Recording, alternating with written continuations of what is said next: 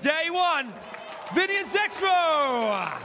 Congratulations, lads. Tomorrow, these could be yours. We'll have to tune in tomorrow and find it. That's actually everything from the stage here today. Absolute pleasure hanging out with all the players who have won games today. And we're back tomorrow. Loads more action to be had. 48 points in the lead, but anything can happen. I'll see you tomorrow. For now, back to Mark, and you guys at the desk. Thank you, Adam. Always good to hear from our leaders at the end of the day there. And you can see, you know, they said it themselves, how one game can change something. They just placed top 10 pretty consistently throughout the day, and that one game towards the end of the day, the final game of the day, I should say, things don't go their way, and all of a sudden, that first place is a little bit more rocky than it was. I do want to say, though, Zextra forgot one thing if you want to be a professional Fortnite player. You gotta join as many pro cords as possible, because clearly the more pro cords you're in, the better player you are, right? I don't think it really works that way, but you know, it's a nice strategy. I wish a lot more 12-year-olds would take your advice. Okay, so obviously we want to talk about what's happened today, looking forward to tomorrow. One thing that I took away from those two guys on stage there from the interview as well was, you know, they are maybe a little bit concerned at the fact that we've got another day tomorrow and the teams can go away now and look at what they've done today and how they can adjust and how their strategies can change. And it's going to be, even if they don't change anything for tomorrow, it just puts that slight seed of doubt in your head. And the worrying thing is that you sometimes have these teams who take a little bit of time to warm up or take some time to adapt to the new season, to playing duos now after solos yesterday. So they should know that coming into tomorrow, the competition is going to continue to rise. It's not like, all right, you top day one, we can top day two easily. No, it's going to get more and more difficult as these games go on. And I feel there's a lot of teams here that we haven't necessarily seen in the top 10 that will most certainly break through. Yeah, it's going to be certainly interesting, as you know, Vinny and Zexro were pointing out, that they got loaded with clingers this game. It's going to be interesting to see if other teams are going to try and figure out their rotations from where they're actually starting from and make a move, you know, push into that and try and keep that pressure on them. Well, we have plenty to look forward to tomorrow, but for today, I'm afraid that's it. We've had 7 rounds of action from all of our duos. At the moment, it's Vinny and Zexro who are leading the way. We've got 7 rounds to bring you tomorrow, though. It is not decided once again. Of course it isn't, because we love to go down to the wire. So we hope you join us tomorrow. We'll be back there. We'll see you then.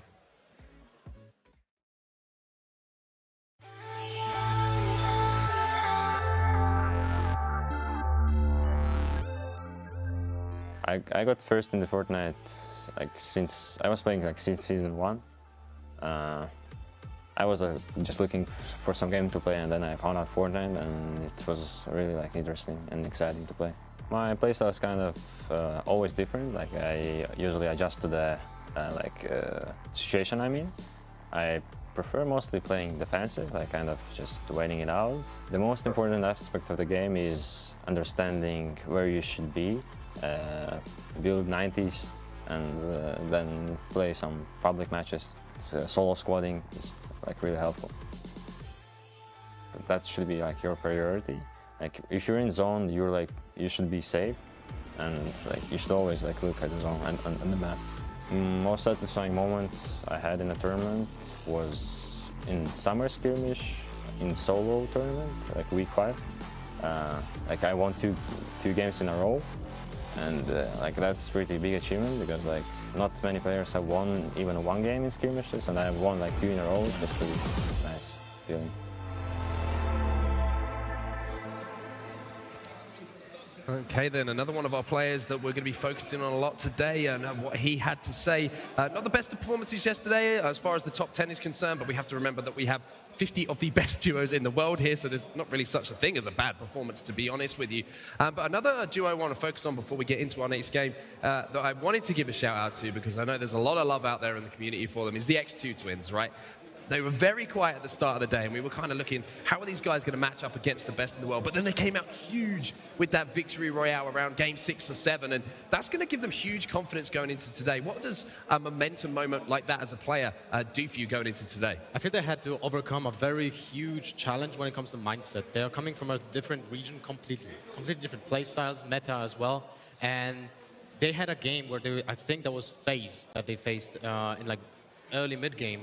And they were in a contestation for 2 or 3 minutes. That did cost them practically the entire map, and they had to change it up in the future games. And I think they got it rolling at game 5 or 6 when they started being aggressive, but aggressive while being clever. Yeah, we'll see if they're able to change it up and really get into the flow of things. And they're kind of leading the pack along with the Brazilian guys for the unknown international scene. A lot of the Asian teams, Fox and Aim Hero, they're contesting and Tilted against Aiden and Nick Merckx all the time. They're not having the greatest, there they are right there, Nick Merckx and Aiden. They're not having the greatest of performances yet, but they're going to, again, switch things up, figure out, they saw the VODs, they know exactly the new tactics they need to be going for to be able to really rack up the points going into this last day. And you can see here we're just moments away from getting into our round number 8. It's the first round of today. It's time to get into this one. It's time to kick off the duos action. The crowd are loving it. Gentlemen, take it away. Let's go, baby. Let's go. Here we go. Round number 8. First game on day 2.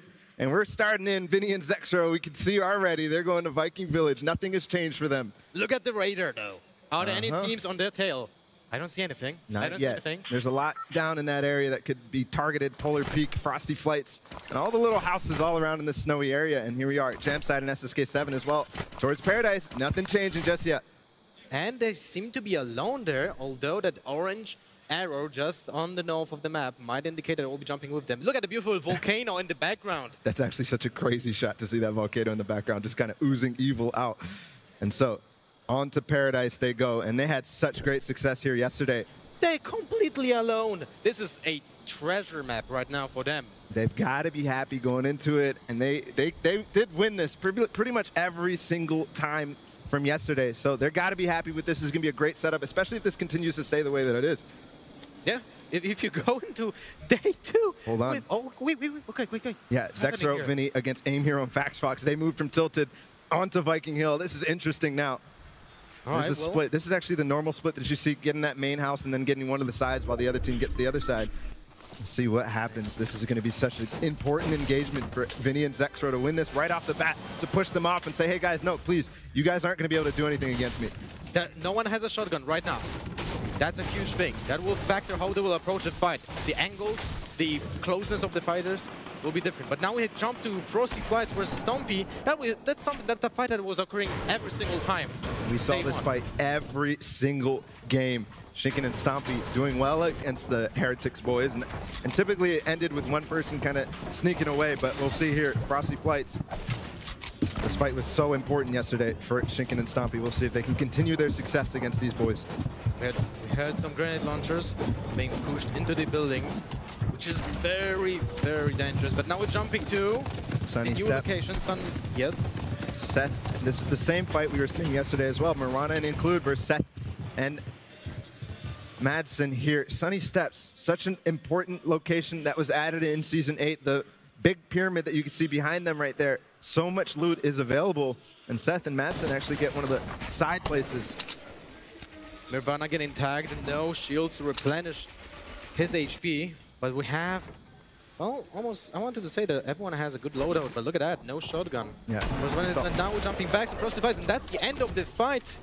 E11 is going victorious here, and a golden shorty as a prize. That's a huge win for them, since we know they're in the top 10. They're looking forward to day 2, so this is a crucial fight for them. That's a really good start there for Stompy and Shinken as they gain the confidence to continue taking that fight and really mop up Frosty Flights and grab all of the nice loot there. There's so much.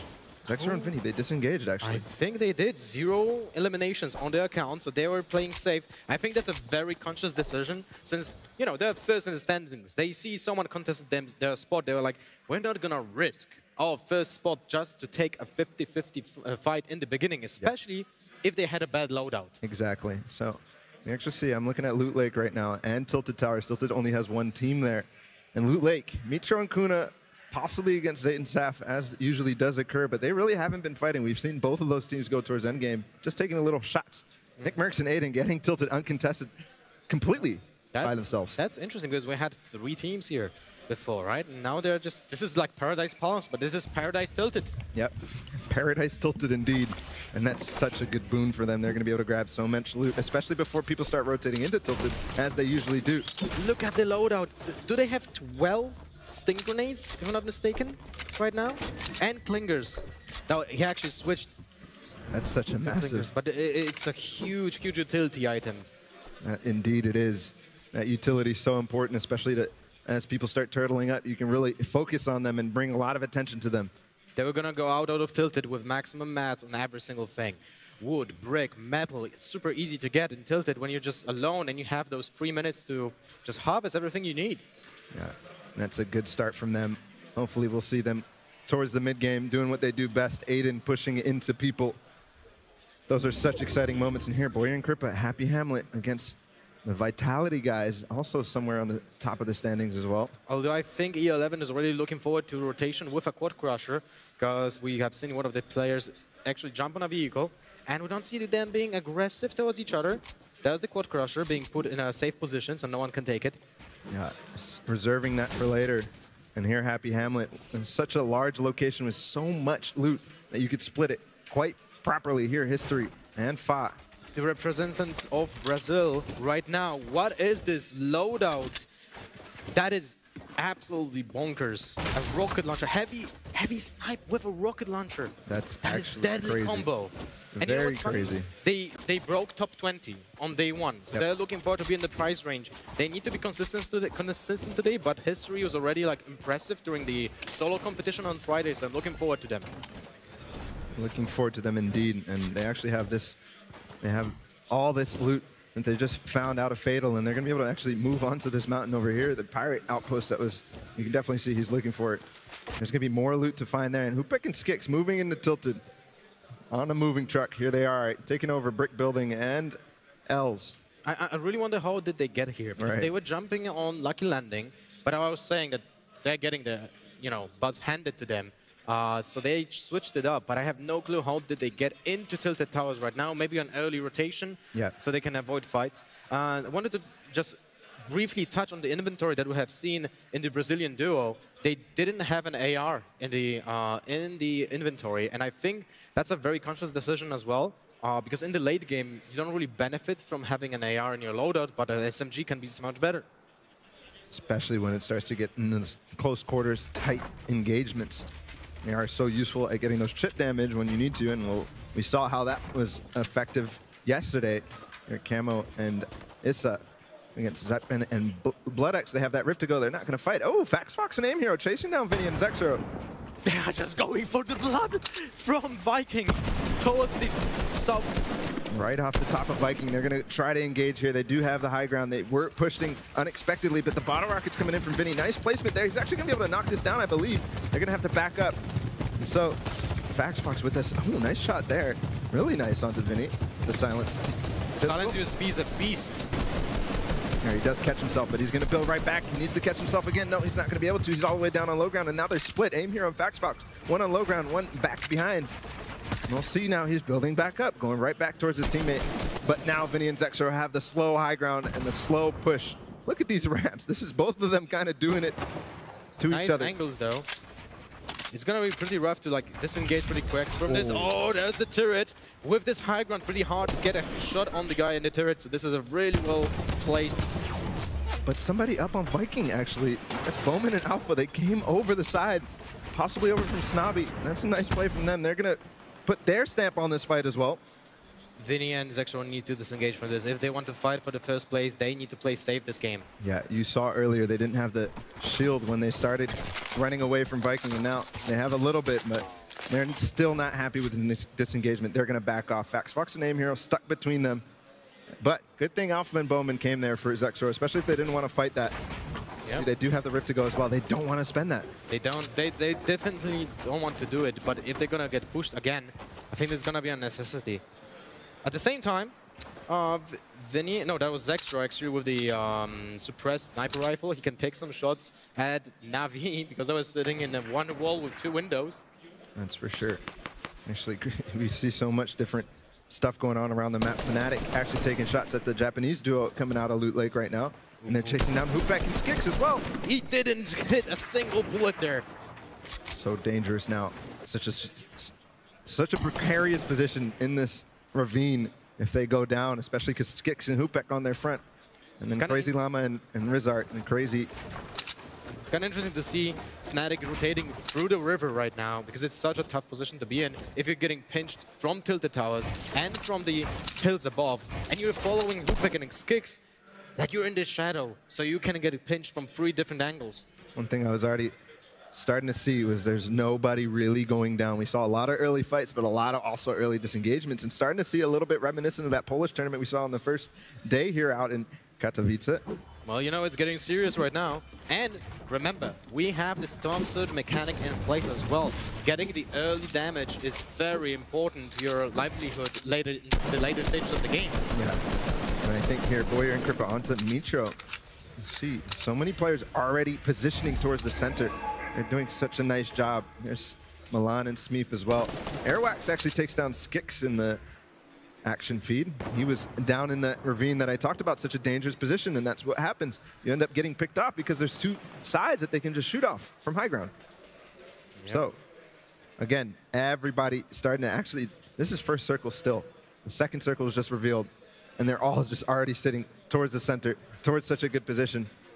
Well, if you can, we actually did said yesterday a lot of times, if you can get a central circle and replace something to just not lose your math for the later rotations, it's so crucial to your good positioning in later in the stages of the game, especially when placement points are so important. And think about this right now. VP, SSK7 and Jamside dropping Paradise, and look at where they are already, all the way up on Polar Peak. Such a fast rotation to get to the center, and that's what is so important about getting over here. Yeah. Heavy sniper available as well. If you can get high ground on Polar Peak, that's one of the best weapons to have. Since a lot of people, even though they sit, like, you know, below a cone, you can still get those shots on those people and get that damage done. But with 2 rifts to go, they're looking fantastic going into the later stages of the game. And I'm really surprised now how many players are still alive. Yesterday we were seeing 70 at this stage of the game, 70 or 80. And everybody's starting to try to get that damage. You can see he's trying to get above threshold as well. You know, the one problem is the Storm Surge is still active when there's 50 people alive. Now we have 90. Yeah. Going into the 3rd stage of the game, it's gonna be very chaotic. Everyone below the thresholds will have to be aggressive unless they have utility items that can deal some small amount of damage through the walls. That's for sure. And now the zone coming over. Actually, he gets taken out. Kinstar takes out 0-7. And now also Tux takes out Mushway. So he's going to disengage, get away from there. There's so much action there. We can see the Storm Surge is active. People are going to be aggressive now. We can see Tajovsky killing Aiden, Bladex going down to Aspect. So much action on the side. Oh, the X2 twins getting ticked by Storm Surge as well, so they're going to start pushing on the forward. Yeah, they need to deal the damage. Going in the zone and grab that loot that they just picked off. And we'll see. They need to get a little bit of a damage here. Let's see. They're still getting ticked. They're still getting ticked, and after 1 LM from the Storm Surge, the other part of the duo is still safe. Yeah, and there are a lot of elims going down to that feed. We'll see if Storm Surge is going to go away now, but no. The X2 twins are going to push through, and they did actually just fell to Storm Surge. Yeah, there. So Jordan is down. We have seen Fnatic is also down. Jarl and Paro are unfortunately eliminated from the game already. We have 73 players alive at this stage of the game. 17 people just disappeared from the map. Huge change. Here, Zexro and Vinny so close to Zipan. We saw Aspect actually in the Elim feed take out BloodX, and now they're pushing on to Zipan. They know there's, looks like 2 solos next to them, and they're not too far from zone. There's still 13 seconds till it starts moving, but they can make their way over to Frosty Flights and grab that fairly quickly. Well, this is an interesting situation. Vinny and Zexro had to use that rift. Oh, they're actually staying? Yeah. Okay. Gotta find the extra loot that they picked off. His teammate BloodX going down earlier. They know he was there, not going to use that rift. They have a relatively safe look. There's the high ground in between that's going to block a lot of stuff. So now, Rizart and Llama on Skite and Vato. Skite and Vato staying in the zone. They don't want to engage into Llama and Rizart. They want to be safe as they rotate in. We'll see what kind of mobility they have to get through.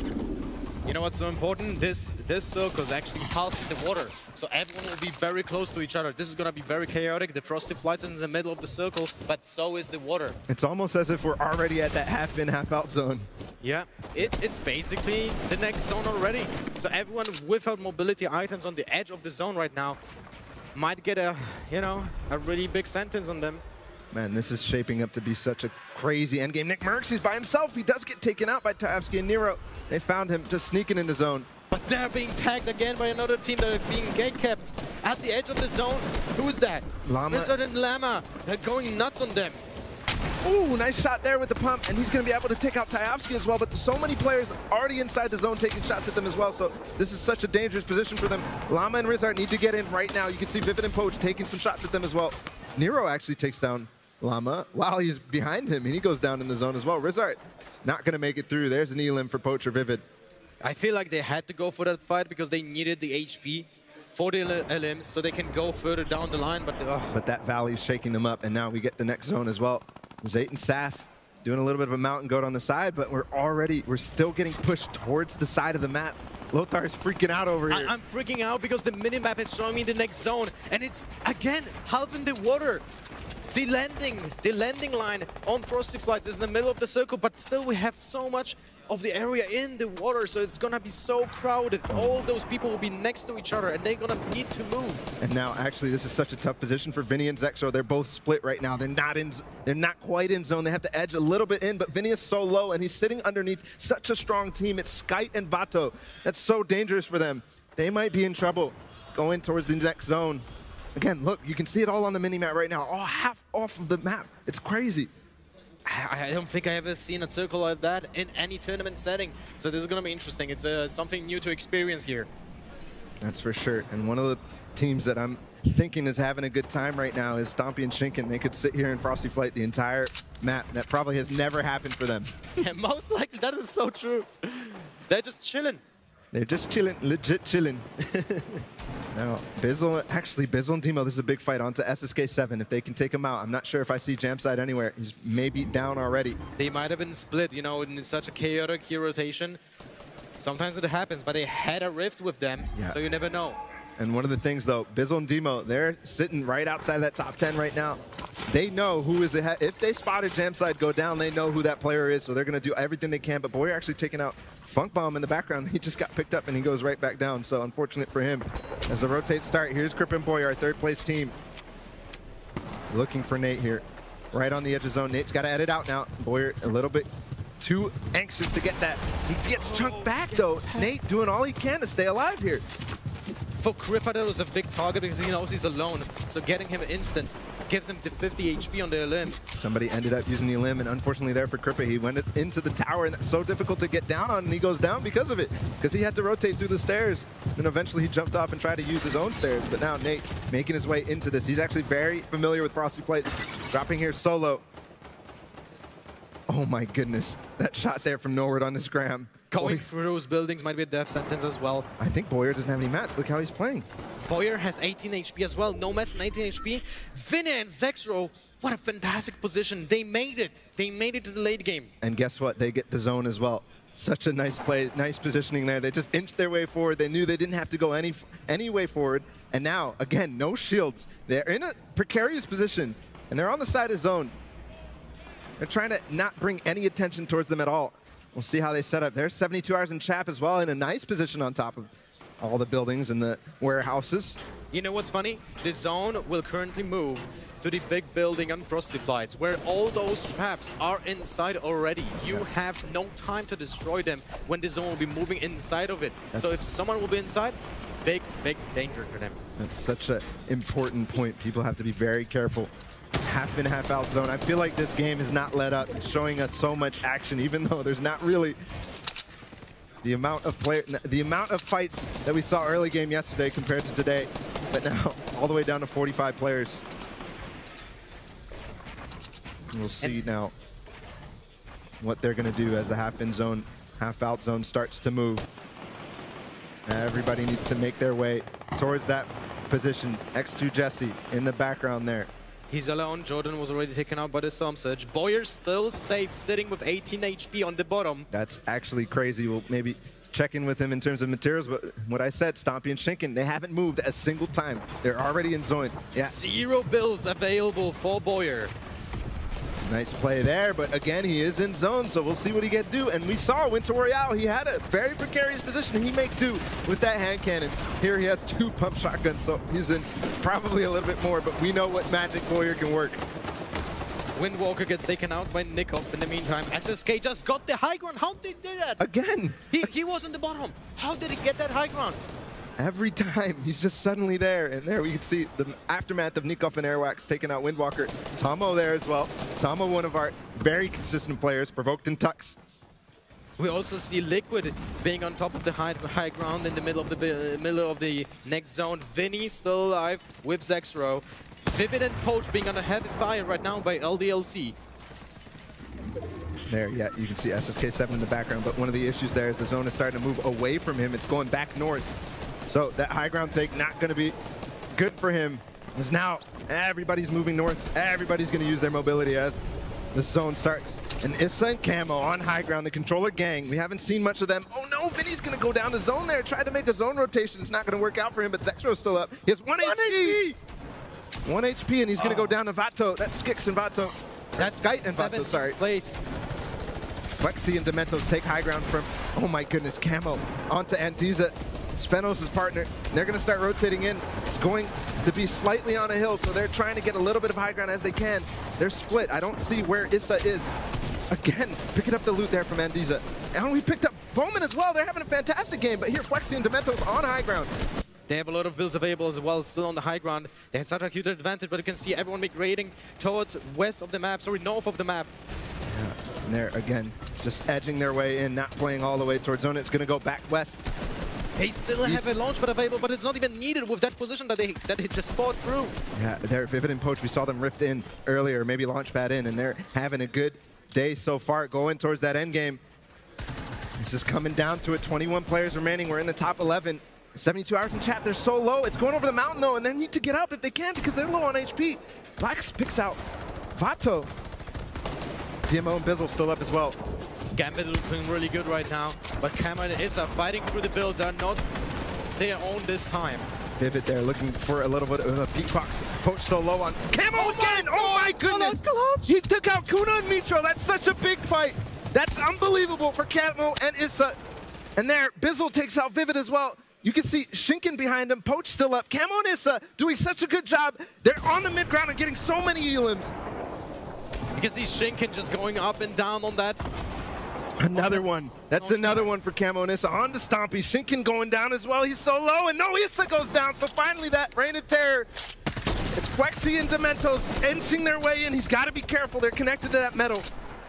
Such an intense game off the bat. Camo's still up. They have 10 elims total, and they're already in that third place. He's shooting up. He knocks them all out. No way! Almost gets the launch pad, but there's only one player left. It's Nikov. He's flying, and Camo and Issa. He actually finds a spot up above on the mountain. He has so many minutes remaining. He can still do this. Camo needs to go up. He's trying. He's trying. The AR is maybe too high, too much to deal with, but no, he gets up with the double wrap. The clingers are coming out. Can he actually get above? And no, 7 builds remaining for Nikov. This is such an intense 1v1. One shot on him, and he knocks him down. Here's the SMP. Oh my goodness. What a crazy first game here on day 2 as Camo and Issa absolutely dominate the server, but not able to close it out.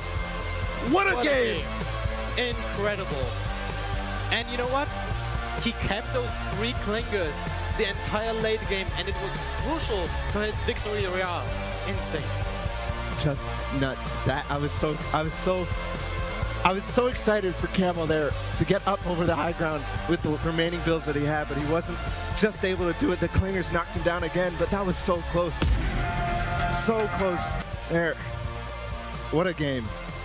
What a game indeed. First time we had a circle like that, and it just delivered so many emotions. So many teams were just in a great, fantastic position. But Vinny and Zexro, they finished 17. They're losing a lot of average points. I mean, could we have asked for a better start to the day as far as what's going to happen is concerned? I mean, I got to give a shout out to, firstly, obviously, Nikov and Airwalks for an incredible start to the day. Big victory Royale, but controller gang, baby, I'm all about it. I'm a console guy myself. So, I mean, what was it? The end of that game was just insane. It was insanity. We need to see a replay of that Camo double kill. That clutch was absolutely insane.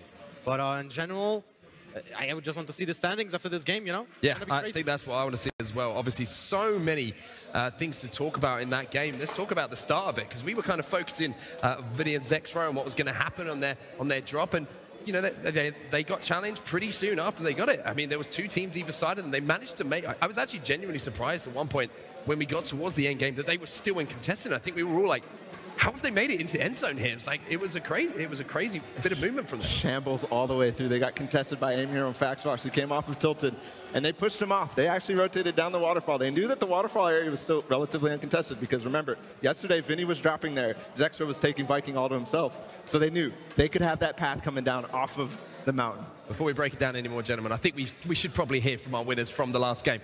So we're going to send it down to the floor because they're with Adam.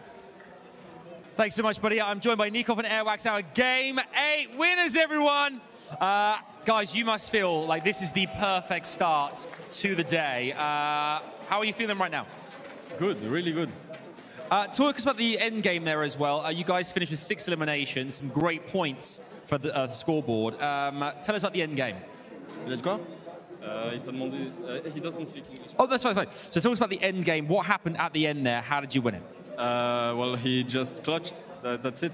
He played really good, and the jump pad just saved the game. That's why we won. So last night as well, obviously, you played yesterday. Last night, did you watch VODs? Did you kind of look back at footage or just kind of talk amongst yourselves, get some rest, and come back today? What did you do? I watched some games just to see the rotation and where to go if we're in bad position. So, yeah, just analyze the game, and that's it. And obviously competing here at Katowice Royale, how is it playing against all these other players? How do you guys feel playing against all this great competition? Feels good. It's really hard. We got invited last second, and doing a victory royale is good.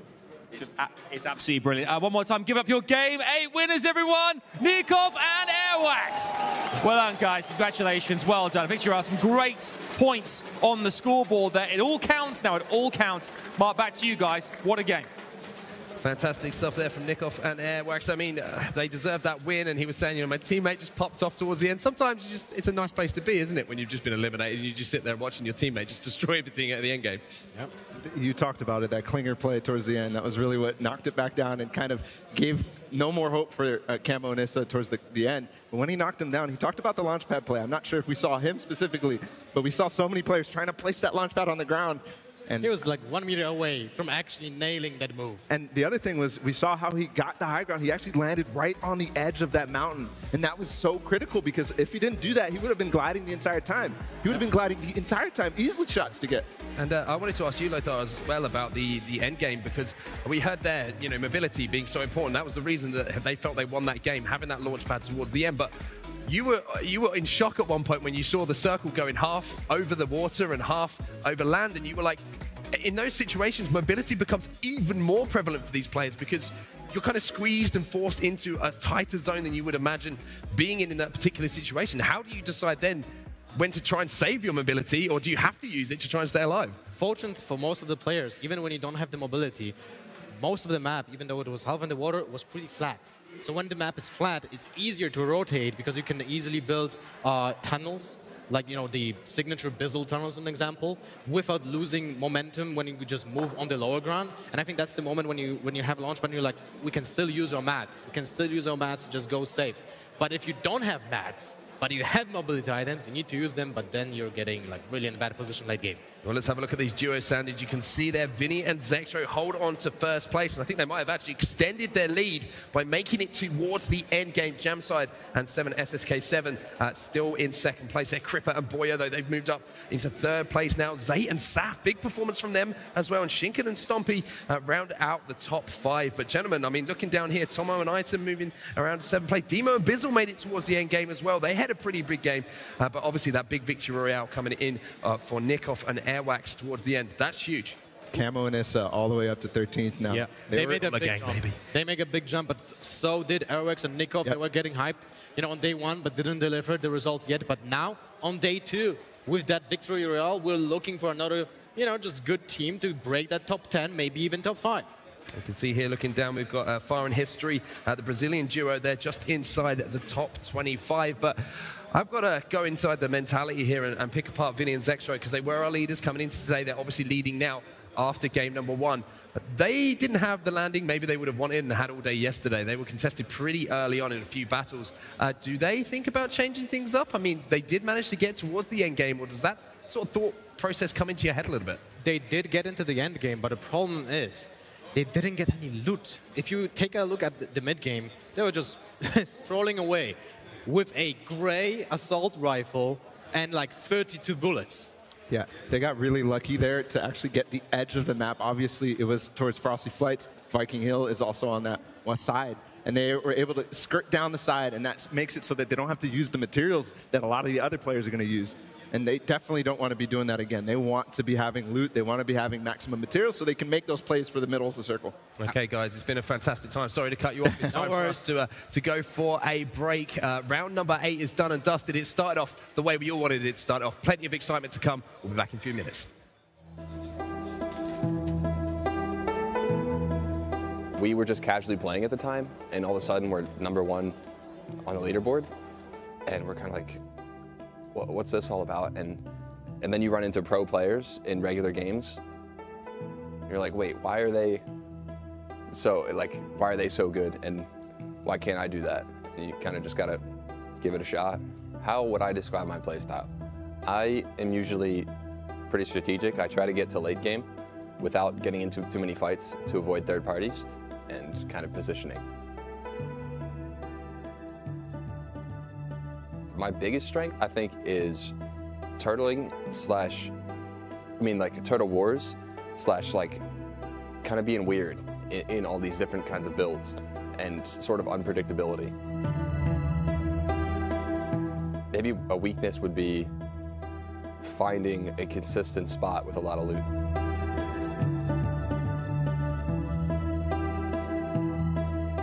The most important aspect of Fortnite, I think, is adaptability, because they change the game every week and the metas change without much notice at all, really.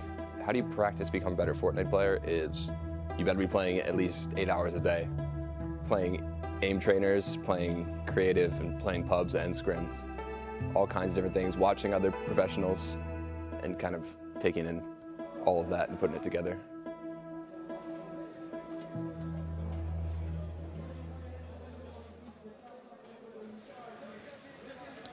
There we go then, gentlemen. Nate Hill there. Fantastic to hear from him. Very humble in what he's saying, and giving some good advice to some young aspiring players. We should say we've had a little bit of a change on desk. Change in position for you, Baller. Congratulations, you've made it to the end. And in the middle there, is that a promotion? Jason Kaplan. Hey man, we're all trying to get into end zone, right? Okay, anyway. And Jason Kaplan joining us in the middle. Great to have you here. Any takeaways from that interview from Nate Hill there for you? Because unpredictability was something we haven't heard too much from the pros so far. I think we had an example of that when he was right on the edge with Boyer and Kripa. He was in a box right on the side of zone. The zone was coming. And he just waited and waited. Boyer was waiting and waiting, and all of a sudden pops out. Boyer actually is like, he's not coming out, I guess. And that's the unpredictability we're talking about. For me, it was the adaptation he was talking about. Because the thing is, he talked about in-game, obviously, with the new items, with patches coming out, every so often. For me, though, it goes beyond just the game alone. It goes on to the tournament. We've had a 2-day tournament here. It's about adapting your play style, adapting maybe your drop spots, maybe adapting of who you want to gun for early on to potentially make your way up in the rankings. So adaptation is such a key factor when it comes to playing in any esport. And one thing that's interesting to me as well to keep in note for a lot of these players as well is, yes, we have a lot of games, right? We have 14 games, but these games are starting to really slip away. We're in round 9 now. Yeah. I mean, after this game, we've only got 5 more rounds to go. And if you think about it in the grand context of things, we are getting pretty close to the end of this tournament. So now is the time, we were talking about yesterday, when you can't make mistakes. You have to perform in these games. Who do you think are the duos at the moment that need to have these big games, and they need to have them now? I think anyone outside of maybe top 7, top 8, because the differential between those teams and the teams below them is getting so big that even with Izza and Camo getting that massive victory of 13 eliminations at the 2nd place, they're still unable to break the top 10. Well, it looks like round number 9 is ready. We're getting straight into this one. The crowd have been fantastic today as well, so keep that up, guys. Gentlemen, it's over to you.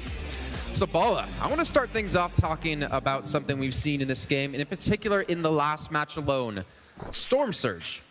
It took out so many people on initial get-go. We had about 90-something left, I think, coming into like the 2nd or actually into the 3rd zone. Yeah. We saw the Brazilians, Fall in History, both go down to that alone. And it's making you adapt your playstyle quite a bit. Yeah, definitely affecting a lot of players. There's so many players up the entire time. You can see Still nothing going down. You usually see 150-50. And for now, SSK and Jamside again. Looks like they're getting this uncontested, but now it's on Camo as well. Dropping at Shifty. I didn't see anybody else. Ooh, Zexro and Vinny are already in an engagement. We saw Aim Hero and FaxFox push them off last time, and Zexro and Aim Hero are actually in the same building. So this is unconventional. Aim Hero dropped in the front, Zexro dropped in the back. Zexro is going to back off into Vinny, but this time they have shield, and this time FaxFox and Aim Hero don't have it. And he has the pump shotgun. This is a completely different situation than we saw last game. Well, hopefully for them, it'll be a different situation of how it turned out. As you pointed out, they did lose that in that exchange in the end of things. But I like seeing this. I like seeing people contest them because they know Vinny is so far ahead with Zexro that they need someone to challenge out on them to kind of bring them back, maybe eliminate them earlier on. Yeah. But so far, not really much action happening between the two, at least in terms of shooting, as everyone's just trying to farm up here. Yeah. You can see Camo is uncontested at Shifty. SSK7 uncontested over towards Paradise. And this fight, we'll see, it's starting to become a little bit of a pinch here. Different angles from Aim Hero and FaxFox. This is exactly how you want to start the fight off, especially as they start taking that Viking boat. But again, they could back out at any moment. No, they're stuck. This time they're stuck. Nice trade shots there from FaxFox and Zexro. Like you said before, they need to push this pretty much at the same time if they can hope to pick up an elimination here. A lot of would be picked up for Vinny and Zexro if they want to farm away on the ship. But they're just trying to stay alive. And speaking of staying alive, their builds is running out. And this is an awkward position there. You can see Vinny was frantically trying to get the whole, actually Zexro going on to FaxFox. Aim Hero, again, their pinching is so good. The positional play from the Koreans is absolutely very good here at Viking Hill to start off. You see, though, Vinny's able to escape. Zexro as well able to transition into the building. Again, while all this fighting is happening, they're not able to farm mats, they're not able to farm weapons, and they're starting to struggle because they're lost their shield for the most part. Zexro is the only one with it left. Again, Vinny. The pinch. FaxFox uses that glider redeploy to get the pinch continue to go, and I was talking about how good they are, but Zexro and Vinny keep escaping the pinch, which is so good from them. You have to be careful, though, if you're the two Koreans, FaxFox and Aim Hero, to not push at the wrong time. Also to push in together if they can, trying to go for the replacements the wall here, trying to catch out this duo that's been leading the charge over the course of the entire first day, and they're just stuck. Their builds, they have almost nothing left. The weapons as well, they're starting to run out of some ammo here. But then again, so are the sides up top here as they're down to 4 builds left for FaxFox. You can see Aim Hero in the background was farming. As anytime he gets the opportunity, if they're not pushing, they're going to farm. And that's exactly what you need, especially because it could come down to one wall making the difference here. Now more trades going in, but FaxFox gets an ankle. He's got 1 build left. He can only cover his high ground for a little bit longer, and that's going to be him now out of the equation. Actually, both players. So the leaders here so far after 8 rounds are going to be out in one of the first duos eliminated. So now that means every other player, if they know those 2 are gone, they're going to be gunning for those top positions. Yeah. So 429 now, that's where they're going to stay in the standings. Let me ask you a question, Bala. If you're Vinny and Zexro, you dropped there last time you got contested. You know you're in the lead and you know you cannot afford to lose early on. Do you change your drop or do you continue to go there expecting to win? If I was them, I would have changed my drop yesterday. Okay, so going even one step further. Going into this day, I would have said, hey, I know there's people who are going to be doing this gunning for us, but Nick Merckx and Aiden in tilted. Actually, Aiden in a precarious position down below. Oh, no, actually, did he? He's actually on high ground all of a sudden. Yeah. He was down below in the brick building, but no, he takes it on to go.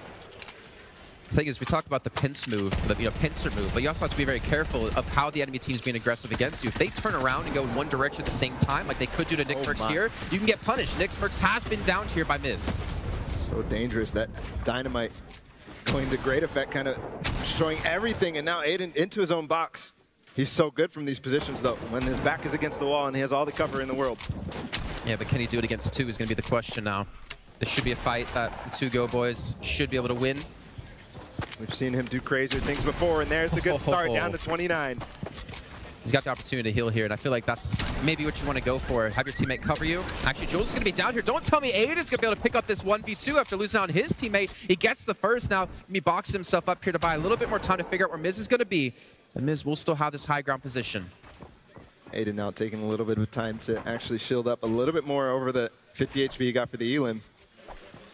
It's all down to 1v1. Aiden has put himself in such a great position.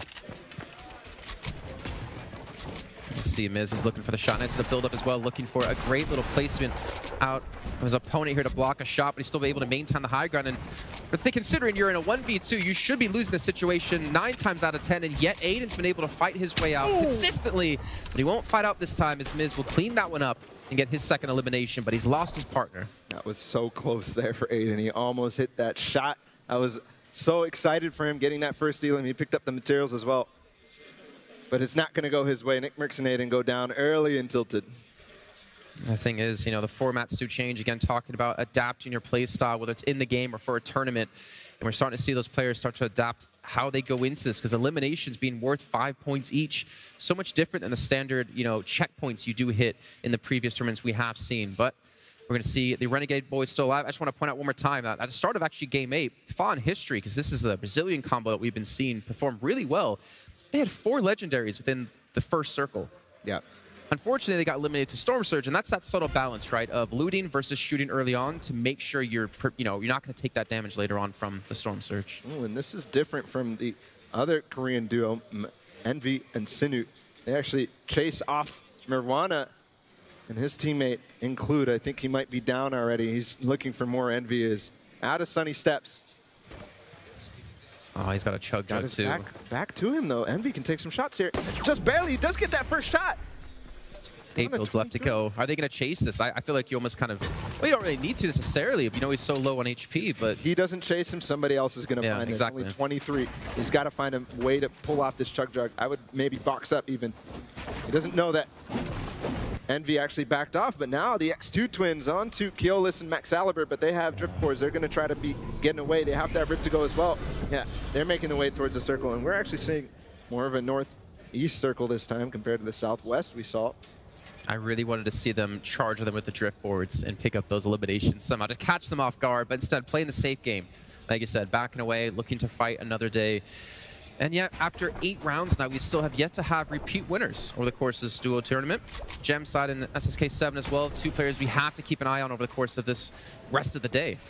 Kuna and Mitro onto BloodX and Zipon here, trying to take some shots. Mitro actually stays back while he takes shots, and Kuna continues to chase, so that's really nice there from them.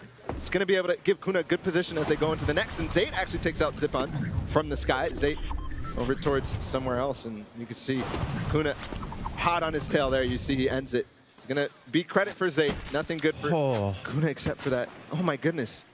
He's so low still. BloodX could go down as well. That has to be Zayt going for the tags. We see Little J, looks like he's lost out on Zero, his teammate. Actually, no, Zero was still alive over to the side. Kripa and Boyer, another duo that we've been really focusing on here in the storm, using the campfire to heal up as well. This is as so Boyer, rough. so they're both able to stay alive during this. This is so rough. In the storm, again, Kripa and Boyer, sometimes this occurs. They have that launch pad, though, but they're split, so they can't use it together. You saw him use that campfire already, but Little Jay's going to go down to the zone in 2 seconds here.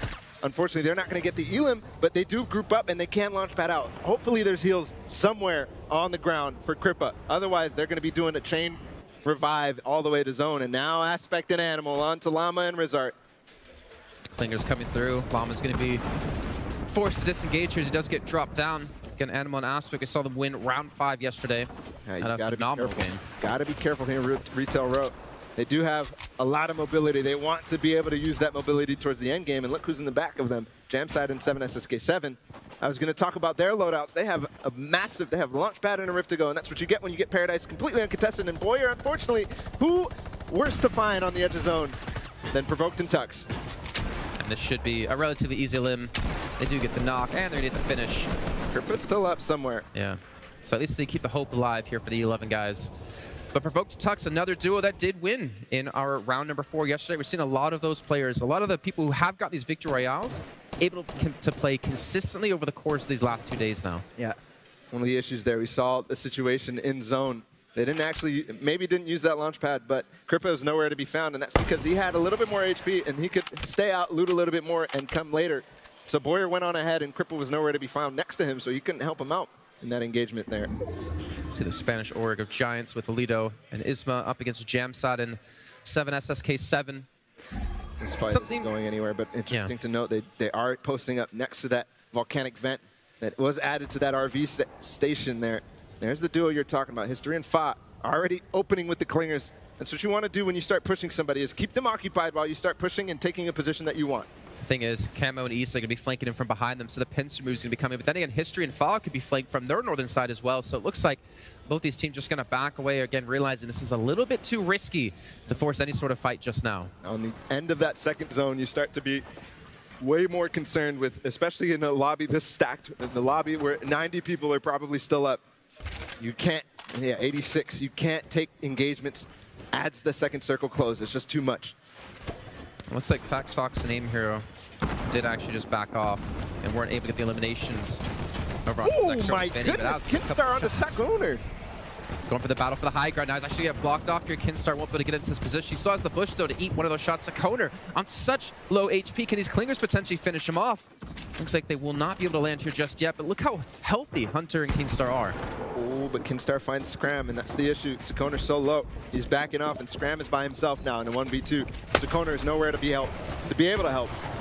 I like that stink bomb, though. It interrupts the extra 50 shield trying to be applied. Again, coming through the clingers as well to be used. And he just cannot get a break. Scram can't get a second to think here to get some sort of health back into this, some sort of semblance of control in this fight. Now Scram down below. He tried to shield up a little bit, but no, actually Scram was the other one. Jamside and SSK7 picking up Vialanen and a Rift. And Windwalker, obviously. That's 2 elims for them, but what a great position they have going in the end game. I'm actually surprised to see Scram and Sakoner with the situation they were in, with the health they had, to actually survive for this long. But again, taking their time here, Hunter and Kinstar, Myth and Cloud able to eliminate the G2 guys of X8 and Razaru. It's actually a 2v2 between the X2 twins and the G2 boys, and Razaru and his teammate ended up going down just one, but then Myth and Cloud cleaning up there. Nice. Thaw did just get dropped by Mitra in the meantime. We see the Storm Surge coming through, and Sakoner realizes, I have to make something happen now. They know where I am. He needs to get some sort of damage in, or he will be falling. Sakoner will be coming through, 33 HP left. Kinstar gets the elimination onto Scram. It's just all up onto Sakoner now. You saw him get beamed down right in the beginning, and Storm Surge is still active, so he's got to find something now. Must have gotten some damage in. It looks like the Storm Surge had stopped ticking away on him. Oh, well, we're still seeing it tick in over here as we have Funk Bomb. There, it's done now as Beehive goes down. That's the last player that needed to get down below the threshold. And now people, you immediately see as soon as Storm Surge stops, everybody relaxes. But look at the amount of players right outside of the zone here. We have about 6, 7 players currently waiting to transition. I think 72 hours had been dropped earlier on because Chap is going to be by himself. And Saf and Zayd also coming into this chaos here. Look at this build. This looks like 3 or 4 different build fights all coalescing into one. Nate and Funk right now in the middle of it, in the thick of it.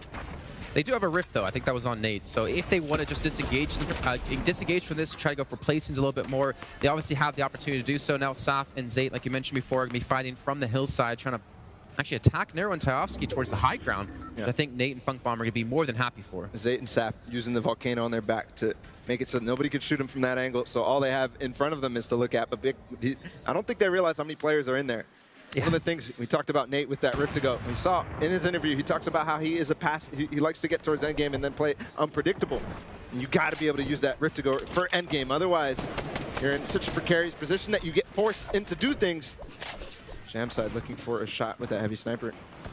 They got over 100 builds between the 2 players as well, somehow able to maintain this kind of position of having so many late game builds as an opportunity. They're so aggressive going for positioning here. You see it they're just building forward. They're not really covering their sides and nobody taking advantage of that, but they are going to get a position in the zone. And again, still that congestion all on the right side. Look how many players are coming right on top. This is something that you see Lolito and Isma right now taking on top of them, and then they're going to connect down just in case anybody breaks their stairs behind. This is a very common strategy. You see people are starting to knock it down, but it's, oh, actually, they need to connect a little bit more. It's just by that one stair on each side. The thing is, I think that's what we're seeing with these volcanic vents being added into the game. They easily become these points of interest that everyone starts to fight around because it's a free rotation. It's that free escape. It's essentially considered center zone just by itself, right? Yeah. Even if it's on the edge, you can fly into the next zone, so you basically have it. And that's why all these players are sitting around right now still. And you can see Nate says, I have enough of this. There's too many people here. I'm just going to turtle in the zone. They go first. Nope. No challenge on them. But Liquid Chap actually going in. On to Imagine. Sakoner falls as well, I believe. It's a little bit unfortunate for him. Chap goes down as he was playing aggressive there. And that's unfortunate for him. Demo takes him out from range. Again, so many players in Kaiser as well getting shot. I believe that's from Zay and Saf. Yeah, it is. Imagine returning fire says, hey, stop. That's my teammate, man. That's my freaking teammate. It's a lot of clingers, a lot of explosives being thrown in here. As you can see now, the damage is being done. Kaiser's going to be dropped about 20 HP. Now the rocket's coming back from Tyovsky. Does dislodge Zayt, and Saf are actually very, very low on HP. And they survive for now. Kaiser has gone down, and Magan, I don't know if he's going to be able to get the pickup here with clingers still being thrown. There's so much explosions going off in this area alone. Yeah, Zayt and Saf right now. They managed to actually, you saw Imagine was taking some shots at them, and that's going to actually pay off For Zayt Saf. Wait, was that on top of the volcano? No. Where did Yeah. that shot come from? That was Jesse onto Katowice from 146 meters away. Nice shot there. Well, next storm. Oh yeah, they were on top of the volcano. I was wondering because it looked like it came from that angle. That's 2 elims from that position there. Demo's such a nice long-range shooter. And we're going to have a lot of the zone over some lava too, which is going to make things very, very interesting in terms of where you're going to build Tomo and items. Someone we haven't talked about too much, at least in the last game into this one. Able to get elimination onto Tux. So Tux and Provoke going to be in a rough position now as Nero and Katowice looking to make the move here. You can see Zayt and Saf using the launch pad to get across. They do get very far ahead of them. Katowice actually might fall just the storm alone, but I'm imagining, yeah, actually does. I thought he was trying to heal, but he does go down. Yeah, and now actually this flat area on the hill, somewhat of an incline, but not too deep. You can see Nero's actually using this as advantage. Everybody rotating towards the lava. How sick is this view? It is actually insane. But the vents are going to cause a lot of trouble. That lava as well. If you bounce on it, you do take a damage, but you do manage to bounce as well. So people are going to need to know how to deal with it. And I'm sure nobody has really had too many of these volcanic endings yet. I talked about the hill. If this starts going up the hill, it's going to be, as Stress would say, a mountain run. Doesn't that make it more important to already have the high ground here if it does go that way because you have control of all of those buildings already? Yep, it's not a steep incline, so it's not like Polar Peak or anything like that, but the players who are on top, he's got to be careful, that wall behind him. Okay, the players who are on top are going to be able to manage to take shots, which is exactly what Demo and Bizzle are doing. And they're doing it to such great effect. They realize the situation. If it's going up towards this mountain, I want to be up at the top. If I am not, then I'm going to be the guy taking shots. Vivid and Poach also realizing that. Nate and Funk as well. But no, the Storm Surge comes into effect, and Nate and Funk, they need to do something, and they need to do it now. Miz might be giving them opportunity as well, because he's right around the corner for them, though I don't think he's actually going to see him there. Lon's going to take down Mush when you can see Demo and Bizzle just looking for an opportunity. They are above the threshold, so they're going to be fine for now. But this damage being done is really starting to punish a lot of these players. This is what I'm talking about. Here's that half-in, half-out zone, and it's on the mountain, so these players all start to realize, oh, what the situation is. Oh, I need to get up there, otherwise I'm going to be taking shots. Saf and Zayt as well, making their way up. I guess one of the big differences here, I guess if you compare it to Polar Peaks, yeah, the slope's a little bit different, but you can go inside here and actually not even try to take the high ground. So you can fight from 2 different angles. You can have so many battles going on, and honestly, if it does go that way, I feel bad for observers because they're going to be earning their money here today. Yeah. Jamside and SSK7 still alive, though. Going into that volcano could be so risky. You got to definitely be careful of where the next zone goes. There, Myth and Cloud as well. So many players on your screen right now. Jesse in the background as well. He's making the run. We're about to hit that top 25. We start getting awarded points for placements, albeit just 2 for the 25th position, but 2 points is better than no points. Again, SSK7 and Jamside, they're making a play for high ground again every single time as the half-in, half-out zone goes. Nice shot there on the Provoke. He goes down. Camo's still up as well. I just saw him getting the elim in the feed. Airwax as well. Zayt and Saf, I think a little bit low on material too, since they've been trying to maintain this high ground for some time. You can see Demo and Bizzle going to have the ultimate high ground position for now, as SSK7 and Jamside's going to have actually a hell of a fight on them with Demo and Bizzle above them. You got Iza and Camo next to them as well. Things are starting to get rough for this duo that we've been definitely keeping an eye on. One of the duos who has yet to actually take a victory royale. 3 more duos need to go down for the placement points to start rolling in. It's getting to that position, but no, Jamside is getting grenade launched, and that's tough for him. Spam from all sides. No, he's going to survive. He's going to get the minis off. That's so key. His teammate's still relatively healthy. No, actually, he's only at 99 or 89. So they need to do something. They need to find an elim, but Camo and Issa all the way on mid-ground. They're maybe playing for high ground. They just build up a little bit. You can see as soon as that happened, Demo and Bizzle start to react towards it. And as we see the zone, the next one is starting to move. It's going back down towards the lava. And here's the run downwards. Demo and Bizzle running out of material, so you can see though. Oh, who's tracking them? It's Issa and Camo. Got to be careful. Controller gang, we saw there. He actually misses the launch pad there. That's a mistake. Actually takes an extra 10 damage from that one, but he's going to be able to take it safely. Jamside has fallen, so SSK7 going to be by himself looking to heal up somehow. Maybe with some eliminations. A lot of players using this volcanic vents to actually get into the air to get that free rotate as you mentioned before, but SSK7 is going to fall, unfortunately for him, so they're going to be out of this fight. You can see Myth is going to be down at the moment, but Cloud is still there to protect him, at least to help out potentially. Nikov getting an elim as well. And now there's so much to watch. Animal's still up. I saw Mitro just a second ago. Llama has 1 HP there getting out of zone. He's going to find one. And here, we can see the standings now. This is so important. Camo and Issa just outside of that top 10. Ooh. Oh my goodness, with the compact SMG onto Madsen, you can see the crowd is going for it. And Camo takes out. No, Jesse actually goes down the zone. I thought he got him as well. Milan and Smeef. Demo and Bizzle still containing that high ground. We saw them all the way from the beginning. That top of the volcano doing so much work, and Airwax also gets another one. You see how many players are low on HP, though, so all these eliminations are going to be so important to heal yourself back up to survive long. You see Issa and Camo still on the high ground fighting against Demo and Bizzle. Airwax is going to be on the low ground, as we just saw them pick up a victory before with Nikov. This is going to be crazy, as you can see now. Keyless has fallen, but Bizzle and Demo are still fighting for the high ground position. Yeah, it's finally going away from the lava now, and still fighting for high ground. Actually, they're going to lose it here. Dementos and Flexi come from somewhere else. I don't see Dementos, actually. Saf still up, Sate's still up as well. They're trying to get a position in zone, trying to stay put to each other. Airwax picking up another one. One build here for Bizzle. He's going to try to find somebody. There's Smeef. He's looking for it. No, Vivid goes down. No, he actually takes Saf and... Yeah, Poach got those 2 eliminations. He's going to fall for his own trouble as well as Vivid. A little bit unfortunate. Mitro's still going to be alive there. You can still see Airwax and Nikov still looking maybe for the first back-to-back victory royales here so far in this tournament. Demo's going to be actually dethroned from the high ground. Sky's going to fall here to Bizzle, which was a much-needed elimination. But you can see there's only 10 players left to go here. Oh my goodness, Bizzle doing all he can with this one build. Already picking up one. He almost gets another.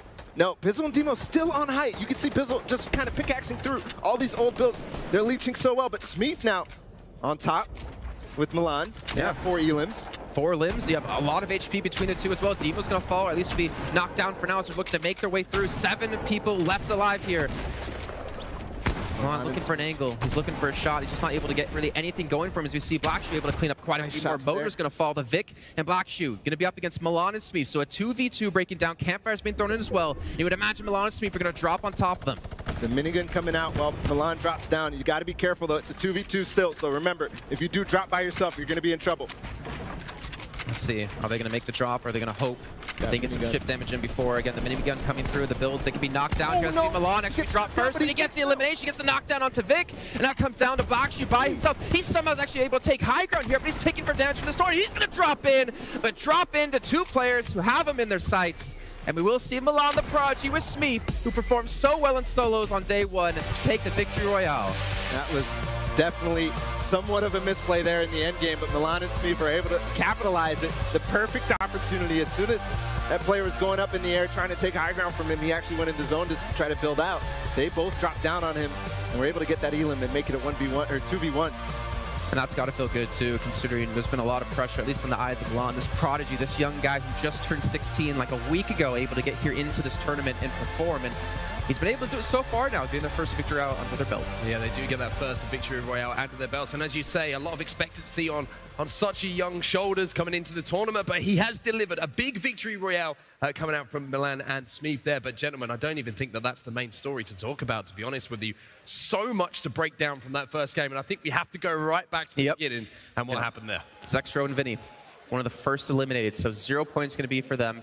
Fat Fox and Aim Hero able to do probably a lot of work that people are going to be happy about. The thing is, you got to challenge these guys. You cannot let them consistently build up a lead, because they did have a 91-point lead between first and second yesterday. Yeah, and you can see it now here on your screen, that pinch. The positional play was so good in Viking. And because they've been not on their toes, they're kind of getting put on the back foot, something that they're not expected, something that they weren't dealing with.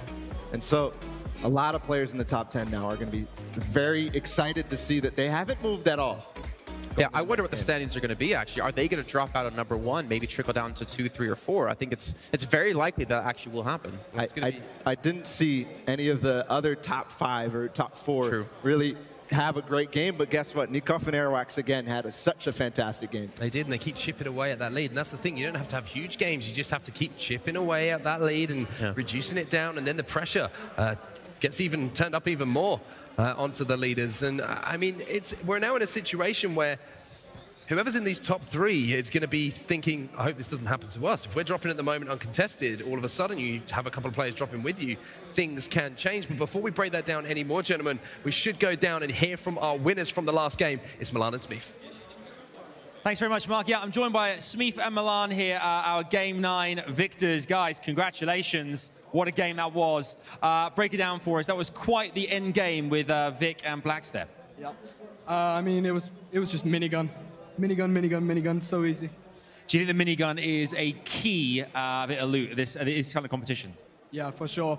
The minigun, when you're on high ground, they can't get close because it just holds them down easy.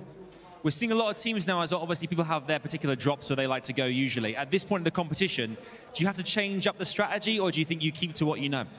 I mean, in both of us, in the solos and the first round of duos, we were playing it wrong. Like, our drops were fine, but we were just playing too aggressive.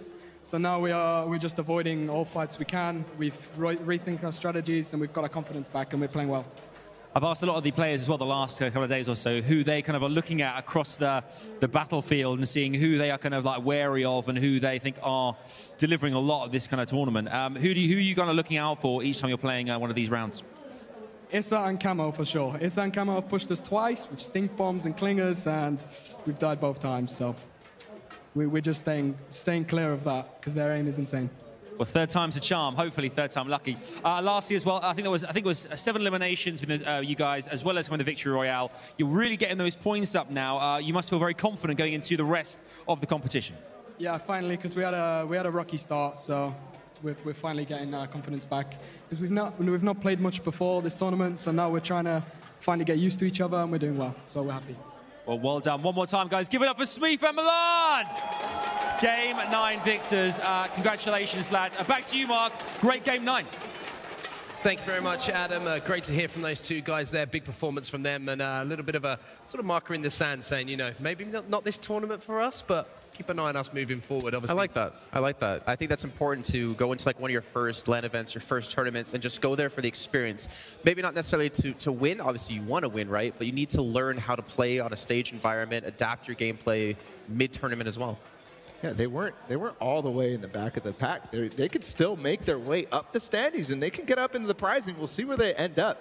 But actually, they were a last-minute invite, which was really important for Milan. He got that invite and invited Smeef with him. And again, they said they don't have that much experience, but it doesn't matter for them right here. They're starting to learn, and on day 2, they're here to play. Hey, what better place to learn than on the big stage, yeah? If you're learning here, then you can learn anywhere. But two players I want to touch on as well who seem to be some of the most dangerous players in the lobby at the moment. Issa and Camo, they seem to be, I mean, yeah, I know how to use one of those. They've been so dangerous in this, in the games that we've had today. We've seen them putting up big eliminations. We've seen them disrupting a lot of places for a lot of the teams who are expected to go into that top 5, top 3. What's making them so dangerous at the moment? I mean, we're hearing it from the players themselves. It's that aim, just like you talked about, and the fact that not only are they controller players, they have great aim, but they are so dangerous in that end game. That one that we just saw, the game 1 today, absolutely dominating in the mid-ground. That's not something you see a lot from players. You see people like Boyer go off every once in a while, but Camo and Issa just absolutely dominating from mid-ground. And here, they were also high ground, too. They really were fighting for it right next to Bizzle and Demo throughout that entire time. I think we're also seeing that they're maybe one of the few duos that really practice this like super hyper-aggressive play towards the late game, even early game, just be hyper-aggressive the entire time. And we've seen people in the first game alone, they like to play a lot more passive. Like there was a lot of disengagements happening in the first game of the day, but they're all about holding that W key, hitting that plus forward, and going for the limbs. And you see people kind of respecting that now, realizing, yeah, they're really good. We're going to have to actually second-guess what we're doing. Okay, then, let's talk about it. We need to talk about the drops. We need to talk about Vinny and Zextro, what's going to happen to them in this next game, because they know that they're going to be challenged at the moment. Yeah. Do they change it now, or do they go one more time and just try and win that battle? I hope they did their research last night, because if I'm them, I don't want to be fighting every single game. I'm leaving. I'm trying to find somewhere where I don't have to fight and I don't have to take the chances, right? Those early engagements, they really are risky, right? You don't have the opportunity to get a string of elims. You only get 2 chances here. You get two people to fight. If you lose that, you got no more chances. No placement points, no elim points. I'm leaving. You're out. He's out. What about you, Jason? Do you think it's time to change things up? I mean, like Bala was saying, they should have changed things up last night. Like they should have been going the same spot, knowing they would be challenged out off the get-go. And the thing is, they've been so consistent at getting these top placings over the course of yesterday, and well, not so much today. I guess a little bit more of a 50-50 with today. That you need to have those games. You could not afford, with the little bit of a lead that they did have, to get caught early on. Well, let's check out one of the stats that we have coming in here. The top eliminations from the duos, and it's the Frenchman in the middle there, Blasu, who has 22 eliminations so far, being chased down there by Jamside and Svenos as well. But lots of eliminations, and that's putting these guys into the placement points. I mean, look at Jamside. These two guys have been playing so well today, and those eliminations probably show why they are so high up the leaderboards at the moment. Absolutely. And you see how close it is in that top of the eliminations. But guess who's up there? It's Jam Side, it's SSK7, and they have the placements as well to go with it. But that's just on their own, right? That's insane. 22 elims over 8 games now, 9 games. It's crazy. That's crazy to think about. We had at TwitchCon, Cloak was up there after 6 games. He was at something like 22 or something. But just insane. I don't know how you can get this many elims like this.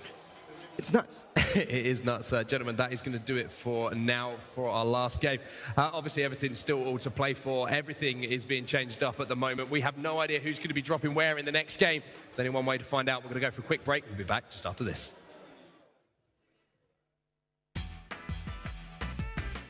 Kunomitro. Yeah, Kunomitro.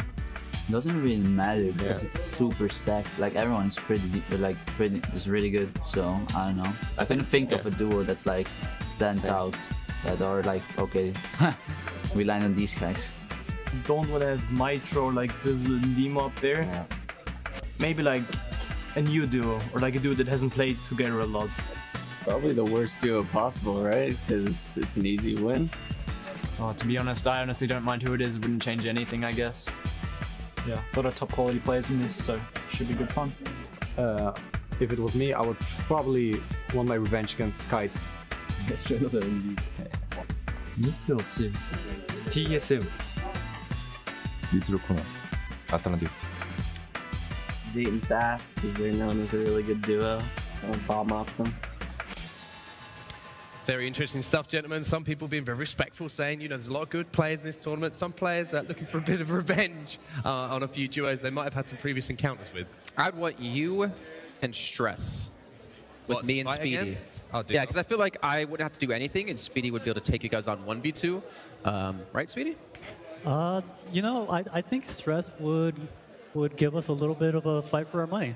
Really? Easy clips. But not this guy. Not this guy.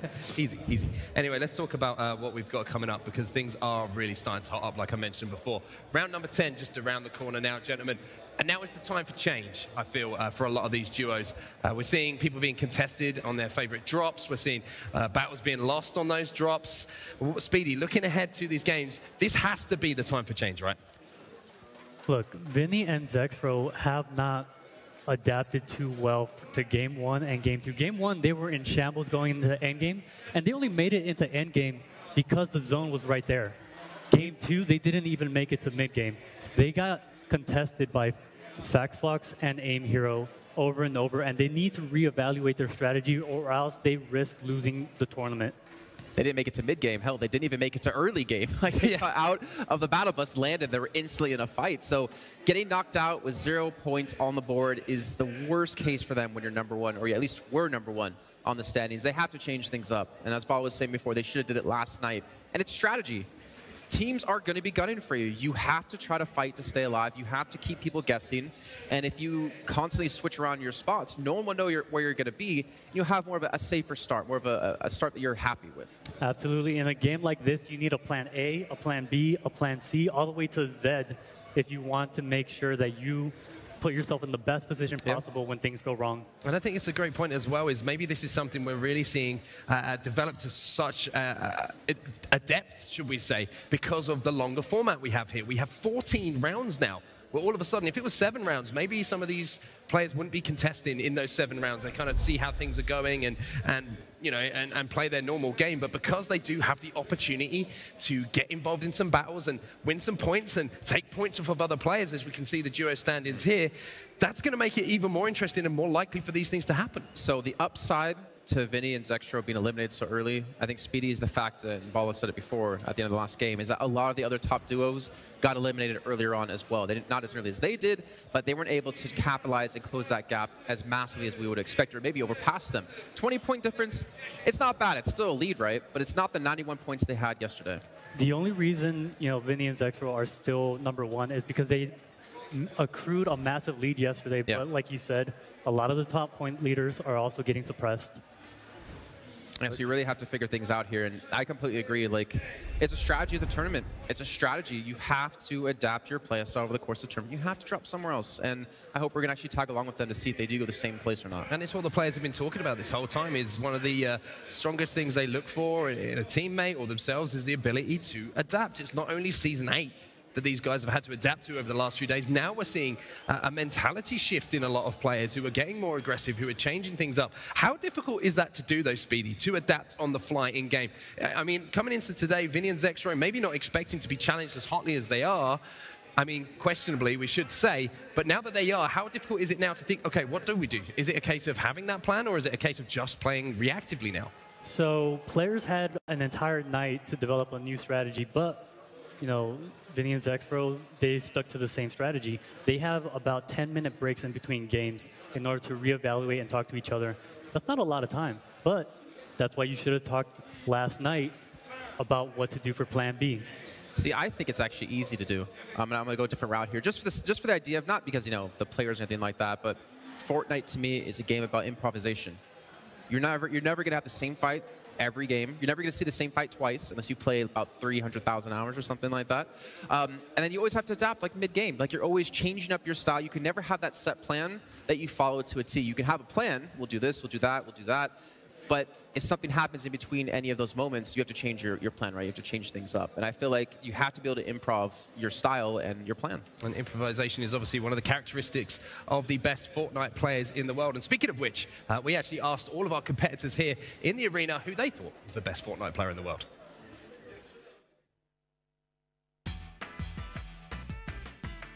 Nitro. Definitely one of us. My opinion, in North America, it's definitely Bizzle in 72 Hours. And EU, it's, in my opinion, Savage and Mongrel. And Nitro. I think Bizzle's #1 right now. Yeah. You're looking at him. Ninja. No way, Smith. True. He is the best builder. For the competitive side, I would definitely say Bizzle. Bizzle, he's on our team too. Ghost Bizzle, of course, but no, he's such a consistent player. He does so well in every tournament. He's so disciplined. I've seen him play in person, so he definitely deserves everything he has, and I look up to him. Me too. There you go, guys. We hear it from the players themselves. A couple of guys maybe poking a little bit of fun at some other competitors. But I just want to point out, Aiden is literally the nicest guy, isn't he? Like, he came up on the stage on day one. He was like shaking hands. He was like, "It's so good to meet you." But a lot of respect. And one of the names that's jumping out there, Bizzle. Everyone's kind of saying Bizzle's up there as one of the best players in the world. What are your thoughts on that? I definitely agree with that. He's definitely a very consistent performer. We always see him, him or Demo, top 10 situations. I believe he was maintaining the high ground in the last game. But definitely kind of a different environment here, international stage, different entities, different forces at work. So I definitely want to see him do well, and I'm going to be keeping an eye on him. I'm a little bit disappointed more people didn't say themselves, to be honest. Yeah, same. I was expecting that. I was expecting them to maybe say me, and then I'd be like, guys, stop it. I don't think here's your money to pay off. Going to happen. Probably not, no. But yeah, I'm actually surprised more people weren't confident in themselves, but I think that just shows the respect they have for Bizzle. I think it's a respect thing as well. We've seen that a lot from the interviews we've had with a lot of players, a lot of respect, but now is not the time for respect, gentlemen. Now is the time to get those limbs on the board and get those victory rounds. We can see here, round number 10 underway. Let's get into this one. All right, so Speedy, I think you and I both know where our eyes are going to be locked onto. It's the players you can see with Vinny and Zexro. Are they going to switch things up, or are they going to continue to go the position they've done every single round so far? And Speedy, if they continue to do that, I'm not expecting them to win the tournament, honestly. Absolutely. Will Vinny and Zexro switch up their landing spot? That is the $400,000 question. Yeah. And the double trophy question, too. You can see Saf and Zay here currently ranked number 2. Heading over to pretty much their similar position that they've been going for the most part here. And why not? They're not really being challenged out too much. And look at this, Vinny and Zexro. What do you make of this, Speedy? It looks like they're aiming either for Snobby or those houses over there on the left. If you saw on the minimap as well, there were 2 other players right next to them. I almost want to bet I know who those are going to be. Aim Hero and FaxFox probably following them to figure out where they're going to go. I feel like you should have even dropped near your last spot. You should have dropped early on the battle bus so no one could actually see or guess what direction you were going. They might have let themselves open to being followed yet again. What I expected to probably happen is that Aspect and Animal in Snobby Shorts, they've already won that. That's kind of their home already. And Vinny and Zexro trying to get an uncontested drop. Well, one of our duos that we did see perform so well over the course of the day and have their own victory out, Airwax and Nikov. They've already lost Nikov, and now Airwax is trying to fight. He does get the elimination, does take down Tixi, but he's going to be by himself now as he's looking to potentially get into these placing points because the limbs are going to be very, very tough indeed. And look at this, Snobby Shores, Zexro, and Vinny not going to be challenged out with, at the moment, there's going to be 2 players above them. It looks like they're going to try to just split Snobby Shores here, the south side. I don't expect them to try to contest the northern team. I expect them to loot the southern side and then move over to those houses on the south and then rotate on into their usual rotation off of Viking. All right, so they have adapted their style, so congratulations to them. I'm definitely proud to see them do that and realize it was a necessity considering how the last game did go. In the meantime, we see Nate and Funk Bomb here up against Scram and Sakoner. A couple of bottle rockets going off in the meantime. And we will have Jam Side and SSK7 with a little bit of contention themselves, but they seem relatively safe for now.